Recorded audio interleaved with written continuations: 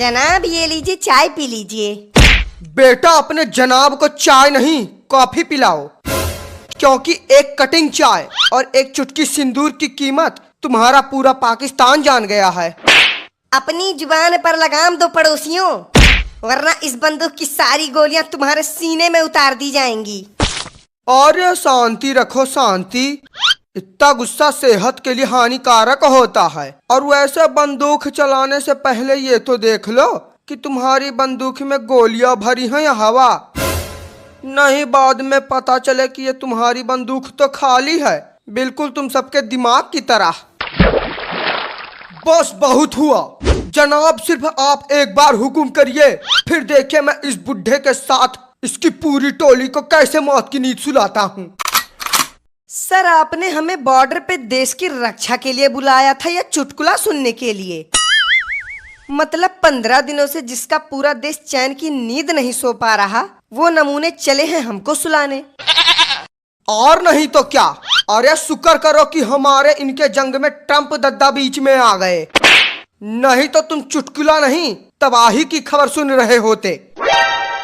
और वैसे हमारे दिमाग से एक बात नहीं निकल रही कि जब एक चाय से इनका ये हाल हो गया तो दावत पर तो क्या ही होगा। होगा क्या? वही होगा जो मंजूर चाइना और अमेरिका होगा। अपनी हैसियत से लाखों गुना ज्यादा तो कर्जा ले रखा है इन्होंने, फिर भी 2 वक्त का आटा बड़ी मुश्किल से आता है, तो फिर दावत तो भूल ही जाओ। जनाब आप कुछ करते क्यों नहीं? आखिर कब तक आप मुंह छुपाते रहेंगे?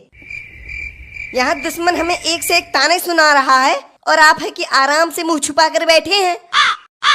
आप भी किस आदमी के मुंह लग रहे हो जिसे कुछ नहीं आता?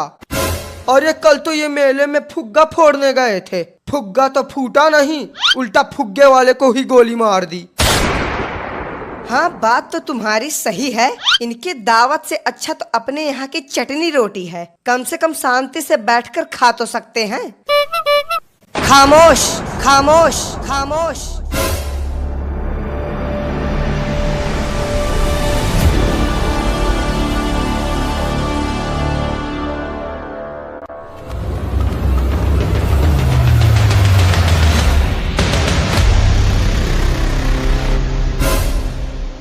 हम इतनी देर से शांत बैठे हैं तो इसका मतलब ये नहीं कि हमारा मुल्क कमजोर या गरीब है। और बात रही उस ट्रंप की, तो उसके जैसे 10 ट्रंप अभी यहीं खरीद के बेच सकते हैं। राम राम राम राम, मतलब सारी शर्म हया बेच के खा गए हैं ये लोग। अरे इतना लंबा तो हमारा नीरज चोपड़ा भाला नहीं फेंकता जितना ये सब फेंक रहे हैं। हाँ बुढ़े, फेंकते तो हम हैं ही, चाहे वो बातें हो या गोला बारूद। और आज इसका एक जीता जागता सबूत तू भी है। लेकिन चल, अब तेरा टाइम भी पूरा हो गया है, ऊपर जाने के लिए तैयार हो जा। 1 2 3। लो ये चाइनीज माल भी फुस हो गया, बिल्कुल इन्हीं की तरह। इससे बेहतर तो हमारे यहाँ दिवाली के पटाखे चलते हैं। अरे ये तो वही बात हो गई कि नाम बड़े और दर्शन छोटे, ऐसे लोग तो अपने बाप के भी नहीं होते। दर्शन छोटे? अरे ये कहो कि दर्शन खत्म। अगले कुछ दिनों में इनके पूरे देश का दर्शन मिलना मुश्किल हो जाएगा। नामकुल, ये कैसे खराब हथियार लेकर सरहद पर आ गए हो? दुश्मन के सामने हमारी और हमारे मुल्क का नाम खराब करने पर तुले हो? अरे जनाब धीरे बोलिए धीरे, वरना दुश्मन को पता चल जाएगा कि ये कोई हथियार नहीं बल्कि खिलौना है, खिलौना। वैसे भी हमारे सरकार के पास इतना पैसा नहीं है कि वो नए नए महंगे और खतरनाक हथियार खरीद सके। यही बात तो हम कब से कह रहे हैं। अरे जिसकी सरकार को 1 किलो आटा खरीदने में 7 पुश्तें याद आ जाती हैं, वो चले हैं युद्ध का सामान खरीदने। अब सर जब इनकी सरकार ही निकम्मी है तो उम्मीद ही क्या करेंगे। मैं तो कहता हूँ कि इन्हें सबसे पहले अपना प्रधानमंत्री बदलना चाहिए। क्या पता प्रधानमंत्री के साथ साथ इनकी किस्मत भी बदल जाए।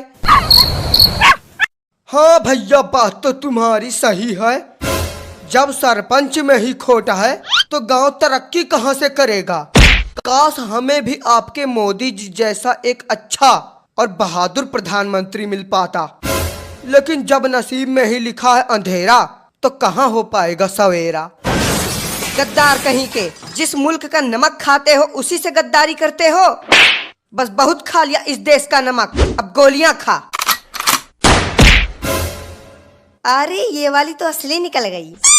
जनाब ये क्या कर दिया आपने?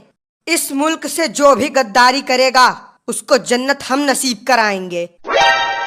अरे जब इसे मारना ही था तो किसी दूसरे तरीके से मार देते।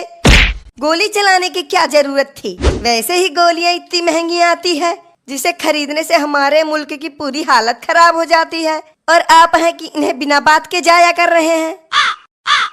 ये लो, अभी तक तो खाली इनकी आर्थिक स्थिति ही खराब थी, लेकिन अब तो मानसिक स्थिति भी बिगड़ती जा रही है। अरे इनके लिए तो दुनिया भर के अस्पताल और पागल खाने भी कम पड़ जाएंगे। तो सर इसमें क्या दिक्कत है? हमारे यहाँ की सड़कें हैं ना, जिस तरह हमारी सड़कों पर आवारा सांड घूमते हैं उसी तरह से ये भी घूम लेंगे। वाह वाह, क्या बात कही है। आवारा सांड, सड़क सड़क आवारा सांड, इस बात पर तो गोल्ड मेडल मिलना चाहिए। Gold medal? अरे इस बात पर डायमंड का मेडल मिले तो भी कम है। यहाँ तक कि दुनिया के सारे मेडल इस बात के लिए कम पड़ जाएंगे। ये लो, हमारी भी मत मारी गई है जो हम ऐसे लोगों के सामने खड़े होकर बात कर रहे हैं जिनके पास तो ना तो मेडल है ना ही गोल्ड है, और डायमंड तो जिंदगी में देखा ही नहीं होगा। डायमंड ये क्या होता है? कोई खाने की चीज है क्या? लो देख लो, इन भूखे नंगों को यहाँ भी खाना ही सूझ रहा है। बस बुड्ढे, बहुत हो गई तेरी बकबक। हाँ बेशक हमने डायमंड नहीं देखा, लेकिन आसमान का तारा बेशक देख रखा है। कसम खुदा की, जल्द ही तेरे इस देश को आसमान का तारा बना दूंगा। ओए मुझे बुढ़ा बोलने वाले दढ़ियल, अगर तूने मेरे प्यारे देश की तरफ आंख उठा के भी देखा तो तेरी इन्हीं आंखों को निकाल के बंदूक की गोलियां बना दूंगा। हाँ, और हम उन्हीं गोलियों को बंदूक में डालकर धड़ाधड़ फायर कर देंगे। बुढ़े पहले अपनी आंखें तो ठीक करा ले, और ऐसी बातें सिर्फ फिल्मों में अच्छी लगती हैं। असल जिंदगी में ऐसा बोलने और करने में जमीन आसमान का अंतर है। अच्छा ऐसी बात है तो ठीक है, आज हम इसी जमीन आसमान के अंतर को खत्म किए देते हैं। अब अगर तेरी कोई आखिरी इच्छा हो तो बता दे, वरना क्या पता आज के बाद तू देखने लायक बचे या ना। अरे जनाब ऐसा मत कीजिए।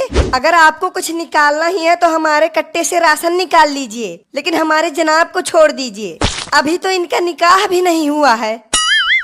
ठीक है, हम तुम्हारे जनाब को छोड़ देंगे, लेकिन उसके बदले तुमको अपनी जान से हाथ धोना पड़ेगा। इस गधे के लिए कौन अपनी जान दे? जाने दो इसे जहन्नुम में। आप ऐसा करो कि आपको जो भी निकालना है, आंखें, फेफड़े, लीवर, किडनी, सब इन्हीं में से निकाल लो। हमें कोई तकलीफ नहीं है। ले दढ़ियल, तेरे इन नमूनों ने भी तेरा साथ छोड़ दिया। अब तुझे ऊपर जाने से कोई नहीं रोक सकता।